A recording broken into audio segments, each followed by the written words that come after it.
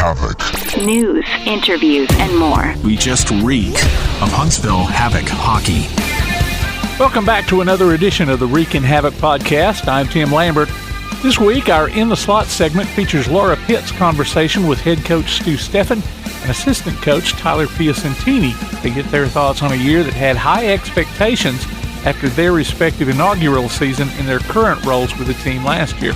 We'll also revisit one of Huntsville's greatest hits later on and pass along a few bits of information you might be interested in as the Reekin Havoc podcast continues. The Reekin Havoc podcast.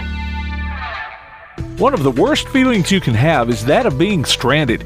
Well, BT's towing, tire, and truck repair makes that a thing of the past, with 24/7 towing services and roadside assistance in the northern Alabama and southern Tennessee areas. But that's not all. They also offer truck and trailer repair, mobile welding, brake service and repair, new and used tires, and other major and minor repairs. Their name says it all, BT's Towing, Tire, and Truck Repair. For 24/7 response, call 497-8234. That's 497-8234. BT's Towing, Tire, and Truck Repair.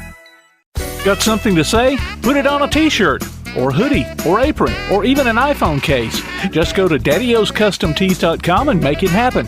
Look through their selection of ready-made designs, or make one of your own. Check out their special hockey designs, too. With Daddy O's Custom Tees, you can truly have it your way. Look for Daddy O's Custom Tees on Facebook, follow them on Twitter or Instagram, or go online to daddyoscustomtees.com. That's DADDYOS Custom TEES.com. Daddy O's Custom Tees. They've got your back or front. Let's go in the slot. Today for our In the Slot, we are doing a year in review. We've got coaches Ty and Stu on to chat a little bit and tell us a little bit about what they thought of this past hockey season. Stu, Tyler, thank you so much for taking some time to chat with us. Yeah, not a problem. Yeah, thanks for having us. Yeah, we love being able to have you guys on. We had your wives on a few weeks ago, which was a lot of fun. They were pros at this talking thing, so I think Lakin didn't give herself enough credit, but I want to go on the record and say they did amazing. So I was really thankful that they were able to join us. Good to hear. Hopefully they didn't say anything too bad about us. So you obviously, if you've not listened, you probably should, because they did some good roasting. I was impressed with some of the stuff, so it was fun. It was fun. But I wanted to kind of start just chatting a little bit about, the season ended kind of abruptly, a little bit quicker than a lot of us, wanted. And I know the team and the coaches did too. But when you kind of assess the past season that we've just had, what are some of the key things that really stick out to you guys? I think first of all, again, if we just, obviously take the playoffs out of it a little bit, I think we had a really good regular season.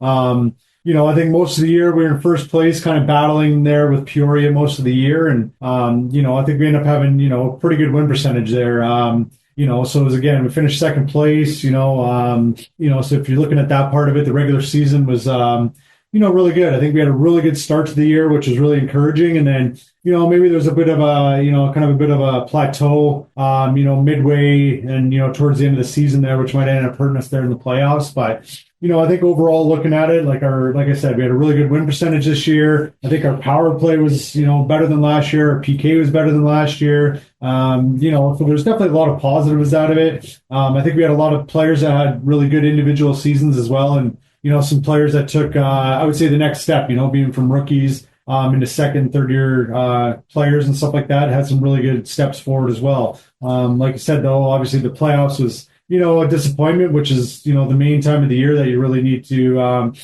be dialed in on. And that's the time of the year that really matters too. So, a lot of good things, but obviously a little bit of the disappointment with the ending. You just mentioned that you had seen some of your rookies now kind of step into a more seasoned place. And also with that seasoning comes growth as a player too, and clicking a little bit more with the team. Who were some of those that probably stand out the most to you? I would say up front, like Jack Yannick, right? Like, last year was a rookie. Definitely had some struggles, put up some, okay points and stuff like that. But, I think he took on a much larger role this year. He was a guy that, obviously, again, had a good year point-wise, but also we trusted a lot more in a lot more defensive roles, too. He was on the PK this year, which he didn't do last year. Was a guy we could trust in the last minute of a game if we had a lead. He was always willing to block a shot or get the puck out. So I think he took big steps that way.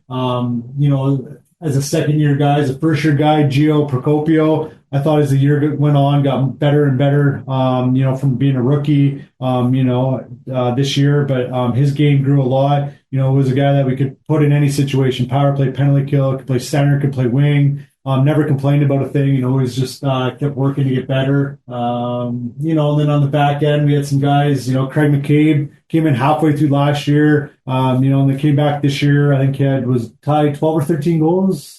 13 goals for a defenseman in this league is really good. So, kind of found his offensive game a lot more. So he was a big part of that. I think you look at a guy like Terry Ryder, as a rookie, had a really tough start to the year there. Just kind of finding his role on the team. And then by the end of the year, he ended up being one of our better defensemen, and a guy we trusted, to put on the ice in any situation too at the end of the year too. So just some of the guys that really probably grew throughout the year. It's kind of neat, I would think, to see them go from that rookie newbie stage to becoming seasoned, because at first you're taking a gamble. You don't really know how they're going to be, what it's going to come from, and then you get this longevity of some of these guys who start sticking around for a couple of years, and you kind of see that progression. So that must be kind of really cool for both of you as coaches to see that player growth. Yeah, I mean, I think it's pretty cool, being a coach and seeing just the growth of players from year to year, but also, like Stu mentioned, some of the rookies this year as well. The first year guys coming in and seeing their growth throughout the season, and to see where they started and to see where they ended. Obviously Stu mentioned, Gio Procopio, and then, like Terry Ryder, he's a guy, start of the year, he wasn't playing much. And by the end of the year, like he worked, he worked his butt off to be in the lineup and be an everyday player. So it's nice seeing that. But I think as far as, like a second year guy like Jack, I think your first year, it's a lot of, it can be a lot of learning and stuff for guys. And then when they get into their second season, they know what to work on over the summer. I think that helps players a lot, feeling confident coming into their second year pro. And then I think it's just, knowing the lifestyle and what to expect playing pro hockey. I think that helps guys a lot. And it's always cool to see guys, have success, from just working hard and obviously, knowing what to expect at this level. So Stu mentioned the word plateau, as if there was a time during the regular season where things were, clicking pretty well, and then things kind of start to go a little sideways at a few games, kind of like a roller coaster in some ways on things.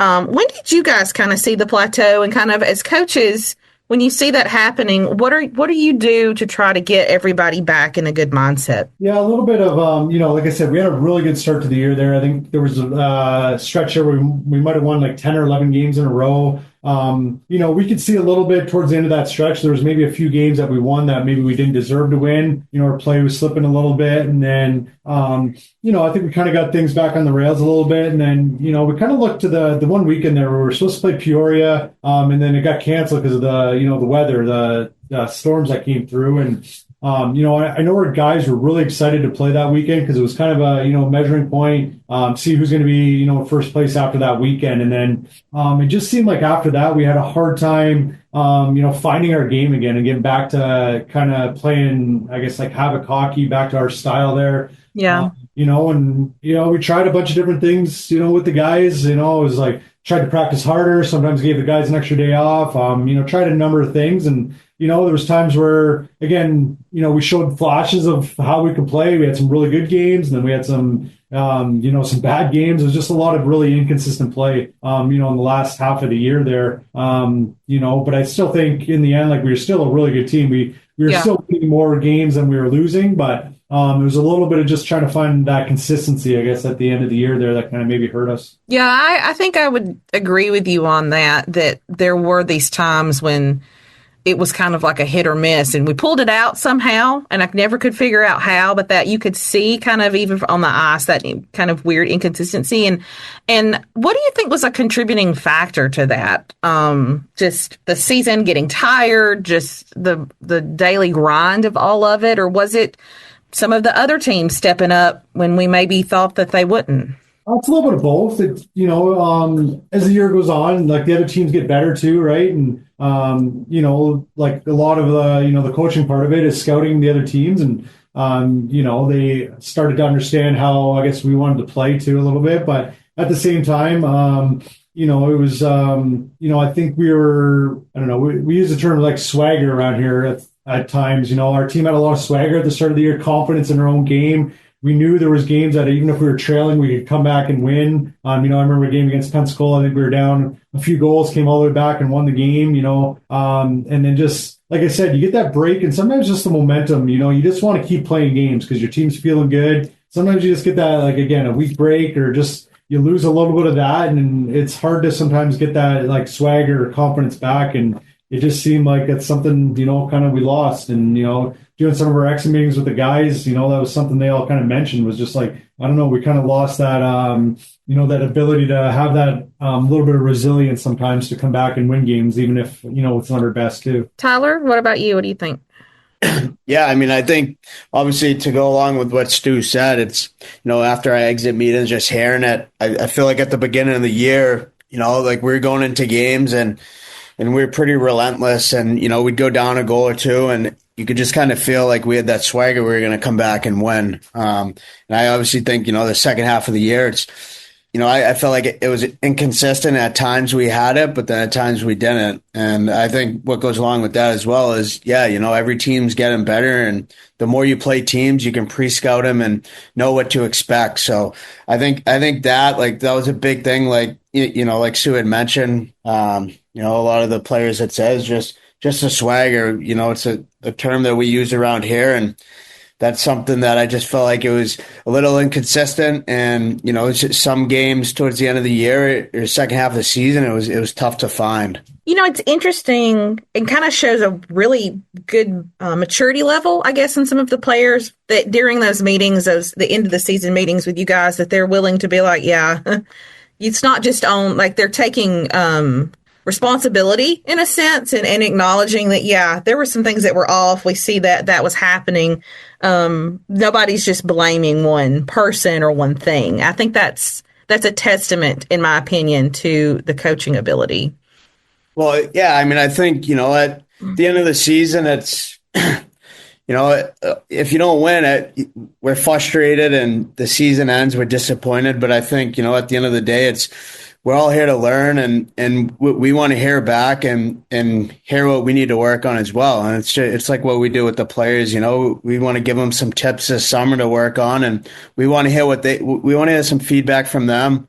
What they thought of this past year, and things that they think that us as a coaching staff and individually can work on, because at the end of the day, like we're all in this together, and we want to be better next year, and we will be better next year. After the season's over, or after that game, what was it like what was your message to the team that night after that loss in the playoffs, or maybe even if y'all had a meeting after to try to, everybody's heartbroken, everybody, and it's a tough loss to choke down so early too in the playoffs.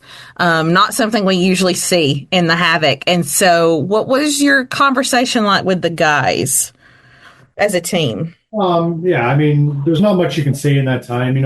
We had a short little, it was a short little meeting after the game there. And I just kind of thank the guys for, the work that they put in this year. Again, we had a really hardworking group, and a really close group too. That's the one thing I mentioned, was just like, we did, I tried to remind them that we did have a really good regular season and a really good group of guys, and, just kind of thank them for all the effort that they put in. And it was a pleasure coaching them this year. And then just a little bit of a reminder that, again, like a lot of these guys, they come in and, now hopefully they've, have some lifelong friends too, because it was a really close group this year. I know a lot of the guys, they enjoyed doing things together and stuff like that. So, there's hopefully some bonds that they, form from the season as well. So, I mean, besides that, there's not much else to say. Yeah. It's tough. It's a crappy situation, for lack of better words, and you have to deal with it in the moment, and then have to the next season's coming, So,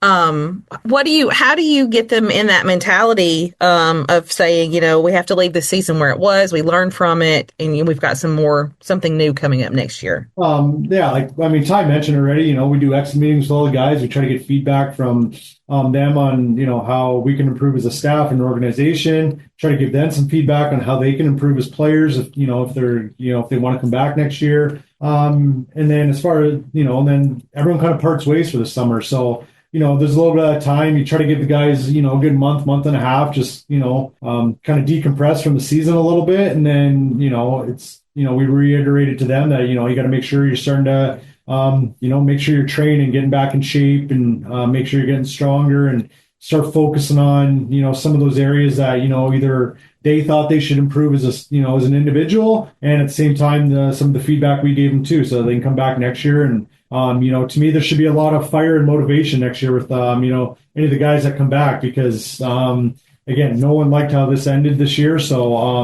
again, there should be a lot of hunger next year. I think I saw someone in the fan cave say it was the revenge season coming up to get back what was lost. And I get that.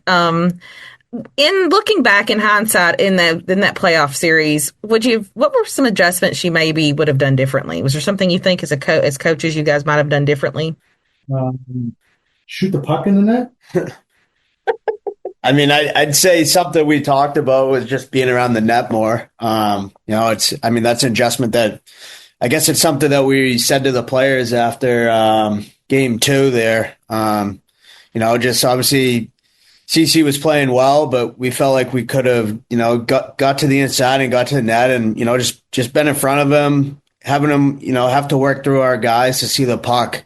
Obviously you can look at the shots, like, we obviously outshot him, but we just didn't feel like that we were necessarily around the net game 2. And then, that is an adjustment that we made going into game 3. But I mean, it's at the end of the day, it's kind of just like, it would have been nice to get a couple more goals there and just being around the net. Well, and those of us from the Flow hockey perspective, we were very frustrated with some of the calls that the refs had made in that final game as well. That's a whole nother argument and conversation for the next. But it's difficult and it's tough to lose in any venture, and it's not something that we do very often, I would say, as a Havoc organization. And so I am looking forward to seeing for next year. So what were some of the things, other than staying in shape and doing all those things, that you guys really, maybe tried to drive hard into the guys when they left for the season, like things that to improve on or think about or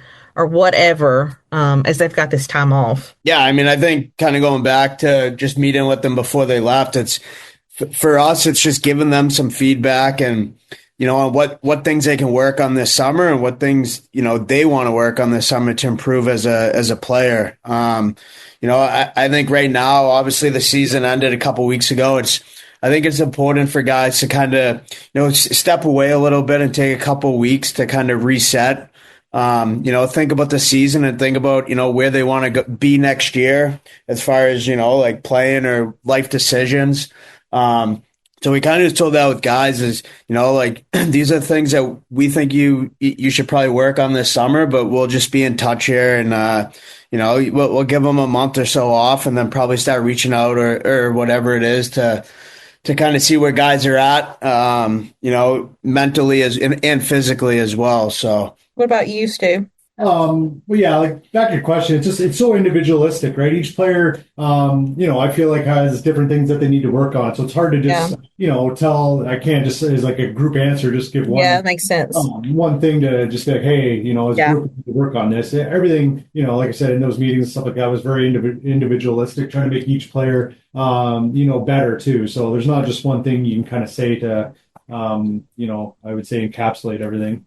I think what's interesting to that perspective, maybe it's just my opinion, is that you guys are able to see each of the individual things that need to be done, knowing that in the end, if all of those things fall into place, it coheses the group. Like it brings everything back together for that consistency that you're talking about.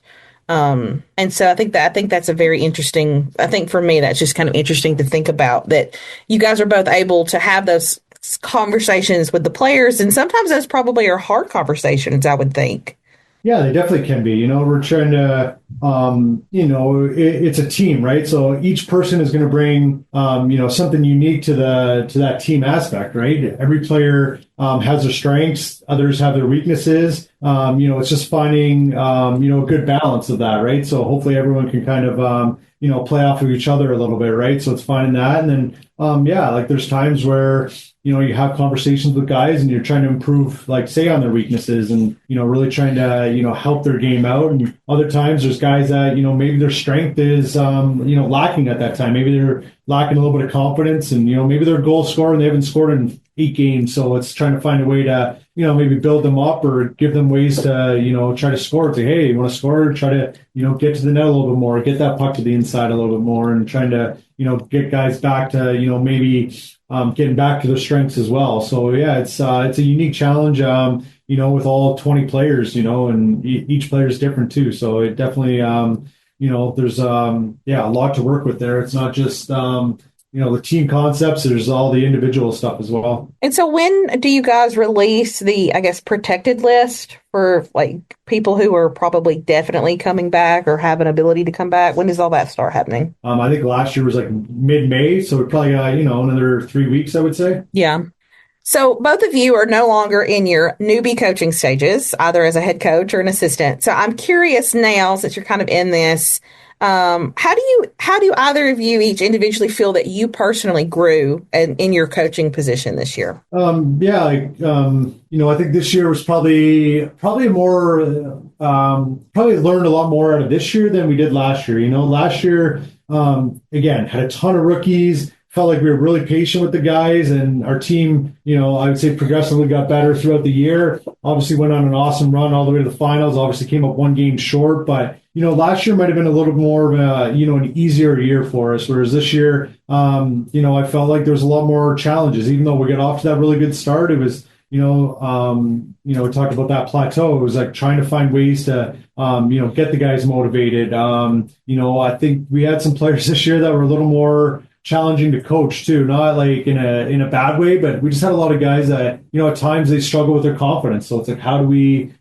get that back in them? How do we mentally get them into the right spot? So, I think there was a lot more challenges that way. And, we've kind of done a little bit of a season debrief already. And, we've talked about some things that we, maybe need to work on and be a little bit better at next year as well too. So, I think this year was definitely probably a lot more of a, learning experience than last year was, at least for me on my end. What about you, Tyler? Yeah, I mean, I agree with Stu there. I think, obviously last year, just my first year coaching coming in and, we had a lot of rookies, we didn't really know, like we thought we had a good team headed into the season, but the expectations, but then obviously just kind of how the season, progressed there and the team, got better and better and then making it to the finals, and then coming in this year, like expectations are high. And then, we learned a lot this year with, how to deal with, if a player doesn't have confidence, how to deal with that and some other things. So I think for myself, it was really learning that. I felt like after last year coming into this year, I felt a lot more, comfortable and kind of knowing what to expect. But I think at the end of the day, that's coaching there is sometimes things just happen and you just got to learn from it and grow and just get better as a coach. We'll be back with more of the Reekin Havoc podcast.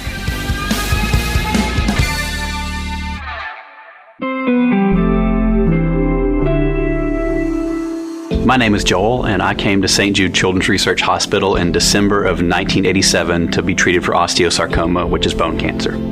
We didn't know anything about St. Jude. We didn't know what they meant, or that, when we got here, what we would do, how it would be taken care of. And when we arrived, we found out that my family wasn't going to have to pay for any of my treatment, not for my medicine, not for travel, not for housing, not for food. St. Jude was going to cover all that.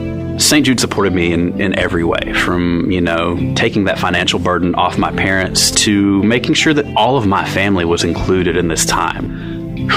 St. Jude literally means everything to me. I get to go home to my family tonight. I get to cook dinner for them. That's what you're giving. You are giving us everything by supporting St. Jude. So thank you so much. Finding cures, saving children. Learn more at stjude.org. Hey, this is John Lounsbury, and you're listening to the Reekin Havoc podcast.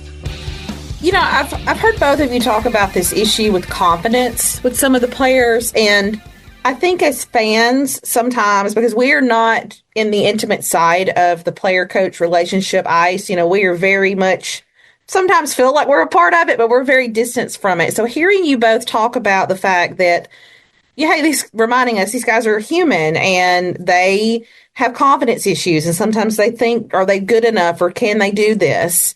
What kind of strategies did both of you have to do this year to kind of help build some of that confidence, especially in players that were able to really see that was a problem? I mean, I think, obviously we both played, so we understand that, sometimes players that feel like they're not playing as well as they can be, or they might not have a goal in 5-10 games. But I think for us, it's one for the players, like they got to get that confidence back. But I think for us, it's having conversations with the players, whether it's, showing them video on, learning clips or showing them positive video of, how they used to play when they were playing well and when they had that confidence. It's trying to get that confidence back from them. And I think it's just being positive with them. And then at the end of the day, they got to go out there and they got to get that confidence back themselves as well. So how do you both as coaches then boost your own selves up? Like, have there ever been moments when you as coaches too in this are thinking, oh, I don't know how this is going to go? Like your confidence wanes as well. I mean, there's a limit of boosting up your players too, but then also yourselves individually. I know that has to be a lot sometimes. Yeah, I mean, sometimes there's a little bit of self-doubt. You lose 3 games in a row, and I don't know. Maybe you're like, oh, maybe I'm not a good hockey coach, And I don't know. It's, I've always had the mindset, even when I was a player, you just put your head down and you just work harder, And again, if you work harder, and to me, more as a coach, to me, the more prepared I am, the more confidence I instill in myself. So if it's preparing for a team, maybe it's doing a little extra work to, feel like to really make sure that you're prepared, or make sure that your team feels like they're 100% prepared for that team, that you're playing next. And the next thing you know, you get that win, and then you're feeling confident again. Oh, I am a good coach, So it's, it can waver at times, but, as a coach is just trying to make sure, you're putting in the work and just trying to have your team as prepared as possible, so that, again, you feel like you've done all you can to have them prepared for, that next game. And so this year you guys brought a new coach in. We had Chris Blasius come on to join you guys on the bench. So what was that like, adding him to the pack? What kind of contributions and things did you kind of see change from last year when you didn't have him here, and then this year having him as a part of it? Yeah, I mean, obviously adding Chris, as a video coach, and he'd go on the bench in the third. I think obviously he's been around the game for a while, so his experience and the knowledge of the game. But I think that, with the video side of things, just, during the game, he'd be in the office in the first and second period, clipping the game live. So basically, Stu and I would come in after the first period, and if we wanted to look up, let's say, a scoring chance, right, or a goal against, we would just go to that scoring chance or goal against folder, and all the clips would be up there. So it would be all of Chris's clips of our scoring chances. So it was very organized for us, and it was quick and efficient for us. intermission, if we wanted to look at something, we could look at it. So he really helped us, like with the video and stuff. And it took a lot of work, a lot of work off of our plate, after games as well, because he'd have the whole game clipped for us. So then when we'd go back and watch it, we wouldn't have to clip as many things. So, I mean, it was great having him. Obviously learned a lot from him as well. How did having him there help the team, the guys themselves with their individual performance? I mean, they were able to, see things in real time that had just happened. So how did that change their kind of perspectives about themselves, or even like during the game, being able to see that?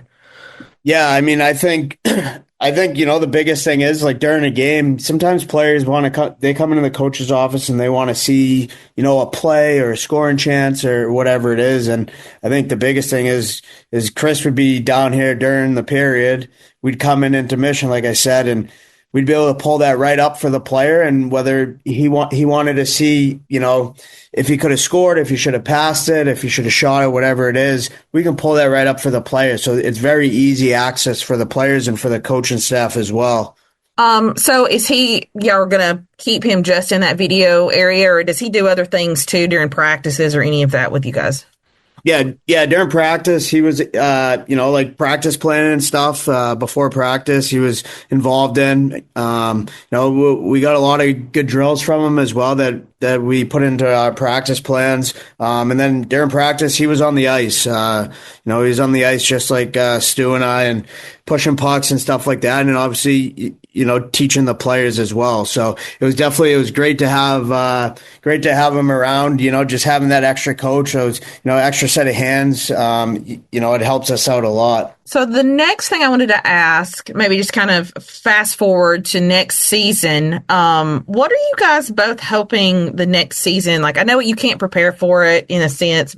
We don't really know what's going to happen. You don't really know who's coming back, who's leaving. But for both of you, what is your hope? What are you wanting to see happen next year? I mean, I think obviously, it's still early in the off season right now. We're kind of taking a look back here in the next couple weeks to see exactly, like what we need, what we were missing this past year. But I mean, I think for us, like, our expectations are high here, and we obviously want to build a team to, win a championship next year. I think that's the biggest thing. Obviously, this past year we had a really good regular season, and that's something that we're proud about. But I think at the end of the day, it's winning a championship here is what makes it worth everything. So I think that's something for us as a staff is, trying to get the best hockey players here.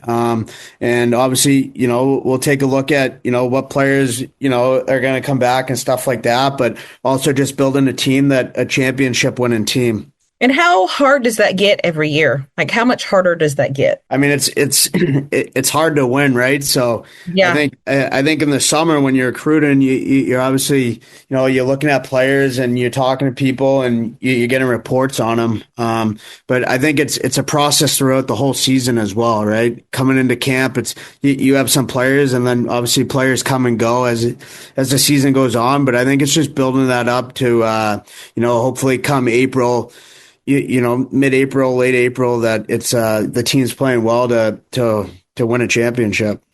Did you guys have any moments this past season when, even as coaches, you were like completely surprised by how that game ended or turned out to be, whether you won it or you lost it? Was there any you can think of in particular? Not really. I mean, you're always going to have your highs and your lows. We had a couple of those games in Birmingham where we lost, I think, 6 and 7-2. Obviously didn't expect that going into the game. But at the same time, like, those games, they happen every single year. Yeah. You're not going to go in and win all 56 games. There's going to be close games. There's going to be overtime games. There's going to be games you get blown out. There's times you're going to blow out the other team too. So, it's just trying to, have a, just be as like even keeled as you can throughout the year, because there's going to be highs and there's going to be lows. Like, it happens every single year. So, I don't think anything really takes you by surprise. Were there any teams other in the league that really like surprised you with how things kind of happened this year? I was, for one, very surprised on how our numbers with Birmingham went. I was not expecting Birmingham in a way to kind of have our number pick this year, and they played a really good game, did a really good job. But they were not usually one that I would say was our tough competitor. I mean, they are a tough competitor, but like in the long scheme of like how many times we play them and how much we win, that was a hard one for me all year was when we played Birmingham. So did you guys have, was any of them really surprising to you guys, any of the other teams? I personally thought Birmingham had a really good team. I know they went through a lot of injuries this year and had some guys come up to the East Coast at times, but I always thought they were a really good team. And, obviously going into the playoffs, I believe that we were the team to, beat and win. But at the same time, I thought Birmingham was kind of a sneaky pick if you were to like maybe, choose an outside pick. I thought they had a really good team. They had really good goaltending. Their decor is one of the best in the league. And then they had some, they had a few younger players that really, I think, developed throughout the year too. And like, I thought they actually had a really good team. So kind of seeing them lose in the second round was a little bit surprising. And then again, Roanoke's a team that they're really good every year too. And, they also lost in the first round, which to me was really surprising as well. So, kind of those two teams, I would say maybe a little bit in the playoffs were a bit of a surprise too. What about you, Tyler? Who kind of threw you for a surprise? Like what Stu said, Roanoke there and Birmingham. And then, I mean, obviously Evansville there in the finals and, they beat us. And then, I was a little surprised with Peoria, obviously the season that they had. So, I mean, but that's the end of the day, that's sports and that's playoff hockey there's going to be some, I guess upsets if you want to say that or whatever it is. But, so I'd say that it's probably those 3-4 teams there that, is a little bit of a surprise, but, I guess that's hockey. Well, in you calling them, Stu, Birmingham, the group, right? I felt the same way consistently throughout the season. I would tell my husband and friends that was watching it with me. I think I even lamented about it on a podcast one day that Birmingham really had our number this year. And I was not expecting our quote little brother to really have that, but they did. They played good. They had a really good team, a very good, solid team. And so I was very shocked as well to see them out. I figured it would be Birmingham and Evansville in the finals after this was all kind of said and done. So it's very much a shocker of that. Okay, so wrapping this up, I'm curious if the two of you had to vote on who you thought of the team this year would probably be the most likely to go coaching, right? To leave, put the skates up, and be the next person who might do coaching. Who would that be? Probably Austin Alger, maybe. Why do you say that? Yeah, I mean, he's kind of told us that he's going to be interested in coaching when he's done playing. Okay. And I know in the summertime he has his own little hockey school. I think he runs like hockey camps and stuff. So, I mean, I think that's why. I think that's why we both said his name. Okay, so who always showed up either to the games at night or at the Von Braun? Who was always the best dressed this season? Hard to say because, different people have different styles. I know a lot of people always think Dom looks really good. Personally, that style's not for me. So, but maybe your wives will put that in the group chat on making sure you guys have the right suits. You guys really need to go back and listen to your wives chat about your suit comments. It was really funny. Oh yeah, I'm sure they think we're have terrible style, but you need to get Reekin to pick mine out every game anyway. Okay. So if she doesn't like it, it's her own fault then. So no, it was all good stuff. It was really funny. Who was the worst dressed? Who would you say just did not care about it? Kane was lucky to even get there on time. Not really sure, to be honest. We're usually in the coach's office when the guys get here in the morning. So that might be a question for one of the players. That's funny. If you end up interviewing them this summer or something. I'm not really sure, to be honest.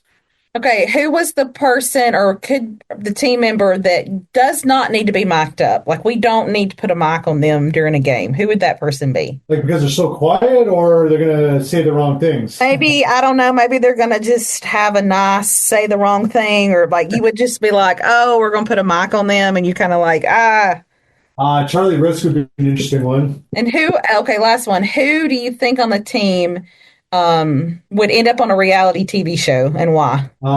Again, I go maybe Charlie Risk. The other one that could be really interesting would be I think Benito Posa. He's quite the character. Yeah, I remember talking to him before a game or something, and we asked him how his season was going, and he was like, "Oh, I'm just living the dream." And then that night at the game, he got a hat trick. a Gordie Howe hat trick where he fought somebody and got an assist and got a goal all in one night. And I remember turning to Catherine and saying, "Yep, he is 100% living the life right now." So, okay, so I guess the last thing I just wanted to ask both of you is the experience, the fans. We're all heartbroken that the season's over, but there is such a devoted fan base that even in the midst of all of this, the season ending so quick, like they don't lament, they don't go away, they don't cower. They're like defending and so proud of the team itself. So I was just curious what you guys have to say to this wild fan base of Havoc fans that are just so supportive in so many different ways. Yeah, I mean, obviously, thank you to the Havoc fans and everyone that has supported us. This past year and the years before that, we're very thankful for that. I know the players, it's a great experience for the players, and they always, they appreciate it so much as well. So it's definitely, it's the best place to play here, and it's because of you fans out there. So, thank you guys very much, and I know next year we'll be back and we'll be better. We'll be better on the ice. So thank you guys. Well, I appreciate both of you taking some time today to chat for a little bit. What do your summers look like as coaches? You get to take some time off, or do you guys get to start in a few weeks with the good old scouting and figuring out holes for next year? I mean, that's always kind of constant, ongoing, the recruiting part. So that's, always. That just never really stops. But yeah, we definitely get to take some, time off here again, kind of just wrapping everything up here, at the arena a little bit. And then I know I'm going home for a week to visit family. And then I think Ty's going home the week after to visit his family. And, a couple of vacations planned. And then, we do a few things around town. Like we do 2 weeks of a youth camp. We put on a golf tournament too. And then we got a free agent camp too. So yeah, just some things that help keep us busy. But as far as the recruiting, that's always just that's a all year kind of thing. Tell us a little bit real quick about that youth camp. We can use this as some advertising time for it. If you guys have ran it a couple different times and been a part of it. So what is that like? And are these kids just from Huntsville, or do they come from all over? How does that work? Actually, majority are from Huntsville. Last year we actually had a couple kids that I think their grandparents lived here, and they were living in, I can't even remember what it was. It might have been California or Arizona. And wow. Yeah, they'd come to Havoc games whenever they come visit the grandparents, and the kids literally flew out and did the camp, stayed with their grandparents and did the camp. But yeah, I'd say 99% are just, kids that play youth hockey here in Huntsville. And, last year, I think it grew a lot. We had a lot of kids in the camp. We just do a weekly camp during the summer, while they're on school break there, they come in and, we do off ice session and on ice session. We have lunch, and then we go off ice again and then back on the ice and just try to, be out there in the community a little bit, show the kids, try to, give them some lessons and also have a lot of fun at the same time. And last year, we felt like it grew a lot. So this year we're actually doing 2 weeks. So we're doing one in June and one in July, just to, try to, because we had so many kids last year. And so far the signups have been really good this year too. So, try to do 2 weeks this year too. When you see those kids come through, do you think about yourselves being that age and being that excited about it? I always enjoyed going to the rink as a kid. I remember waking up, we used to have 5 a.m. practices sometimes. So the only time as a kid, I think you wanted to get up at 4 a.m. to go to, to wake up for anything, was go play hockey. Go play hockey. Isn't that funny? Well, I hope that's a huge success for you guys. And it's always, it always blesses my heart to see that not only that you guys do that in the summer for the kids, but to just see how that builds the hockey culture in Huntsville and for those families. And I love that story about the 2 children from completely out of state coming to, of all the places you would come to a hockey camp would be in the South during the summer. So that's kind of a neat story there. But I appreciate both of you taking some time out to chat with us. We will definitely check back in with you as the summer progresses and when we get ready for the new season to come in. And as myself and Tim and Catherine, we really always appreciate your support and for letting for being a part of our podcast. So we thank you very much for that. Well, thank you. I will end it there and we'll be good to go. So I appreciate you guys so very much. Thank you so much for that. That was Laura Pitts sitting down with head coach Stu Stefan and assistant coach Tyler Piacentini in the slot. We've got more of the Reekin Havoc podcast coming up. The Reekin Havoc Podcast. Let's get ready to rumble! Join us now for Huntsville's greatest hits, where current and former players recount their most memorable dropping of the gloves. Former center Kyle Clark. We were playing Knoxville, and I remember it was my second year on the team, and someone got blindsided. Sam Hunter stepped in.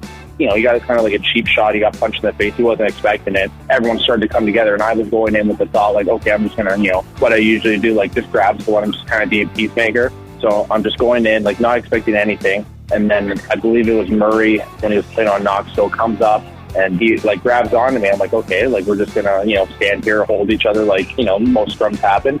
And then all of a sudden he drops his gloves, and next thing I know, he's, like, swinging at me, and I'm like, oh, like, I think this is a fight. I think I'm in a fight right now. So then I, you know, dropped my gloves, and honestly, everything went black after that. I'm just throwing punches. Luckily, the great staff we have got it all on film. Got some great pictures taken of it. But yeah, I'm swinging away. I think I take him down. I think I land on top, and I just remember going to the box. And it was a pretty exhilarating feeling. Like, the crowd's all fired up, and you know, I think I gave a couple, like, let's go to the crowd, and yeah, it was a fun time. But then, like, the first thought I had after that was like, oh, my mom is not going to be happy about this, because she's like, if you ever fight Kyle, like, you better not do it. Like, I'm going to be so upset because I don't want you to get hurt. So I was like, the first thought I had was like, oh no, my mom's not going to be happy about this. But yeah, it all worked out fine. I was fine. I don't think I landed any big punches on him. He didn't land anything on me. So luckily got out unscathed, and that was a pretty fun time and a cool memory to have. We'll be back with the Reekin Havoc podcast. In June of 2005, our twin girls were delivered, Melissa and Ann Catherine, and they were born 14 weeks early. Amy and Chris George talk about the Melissa George Neonatal Memorial Fund. They both weighed less than 2 pounds. Ann Catherine was 115 and Melissa was 1'9". Melissa lived for a couple of hours, but all of the medical technology in the world just could not have saved her, and she passed away while she was in the NICU. Chris realized pretty early that God had given us a platform that we could use to try to help people. So Chris and I started the Melissa George Neonatal Memorial Fund at Huntsville Hospital. To know that Melissa's name is living on, her legacy continues. And I think that was very important to Amy and I, is why, you know, the fund is named after her. Because for 7 weeks, you know, Melissa fought so that Ann Catherine would have a chance to live. And I think that we wouldn't be doing her name any justice if we didn't carry on, because we know we wanted to honor her and honor her legacy. And the community, Huntsville Havoc, the community in Huntsville itself, they've rallied around that. And it's been a wonderful support system for us. And I think for a lot of families too, when they see total strangers that are giving. We're online at HuntsvilleHospitalFoundation.org. Click on the Melissa George Neonatal Memorial Fund, and you can give that way. There's no donation that's too small, and every dollar is just as important as the next one. And if you're giving, then we understand you're giving because you care. And that's what's important, is that we've learned over the years that people give because they care. And you can volunteer. If you're interested in that, you can click on the volunteer tab to fill out an application. We are grateful for any type of support, because we know that once we pull those dollars together, we can do big things. For more information on the Melissa George Neonatal Memorial Fund, visit HuntsvilleHospitalFoundation.org. I'm Nick Lazorko, and you're listening to the Reekin Havoc podcast. Dash days are currently going on. You can pick up game-worn jerseys, player equipment, signed items, and more by going to the Fan Zone tab at HuntsvilleHavoc.com and clicking on Auctions, powered by Dash. The end-of-season yard sale is coming up on May 3rd from 11 a.m. till 2 p.m. at Probst Arena. There will be hockey bags and practice jerseys, along with sticks, game-used gear, and more. The Huntsville Havoc On Ice Youth Summer Camp is back. Session 1 is June 16th through 19th. Session 2 is July 21st through 24th. Kids can learn from head coach Stu Stefan and assistant coach Tyler Piacentini. Cost is $350 for skaters and $300 for goalies for the 4 days. For more information, go to huntsvillehavoc.com/youth-camp. Join the Huntsville Havoc Booster Club and help support the team and staff and promote the sport of hockey in Huntsville. Go online to havocboosters.org for more information. The Reekin Havoc Podcast. For those returning from military service, the transition back to civilian life isn't always easy. Retired Marine Gunnery Sergeant Bill Cook talks about still serving veterans. The mission of Still Serving Veterans is to serve and honor veterans and their families by empowering them to build meaningful lives. And we do that through connecting to fulfilling careers, getting the benefits they deserve, or the services that they need. We have never charged anybody anything for our services. A group of business leaders in town felt there was a need to help the seriously wounded make that transition back into civilian life. Employment services, VA benefits, and connections to other community services. That's what we do. If you're a veteran and you need help, please get a hold of us. Go to that website, ssv.org, and you can find out pretty much anything you need to know about still serving veterans. In Huntsville, call 256-883-7035.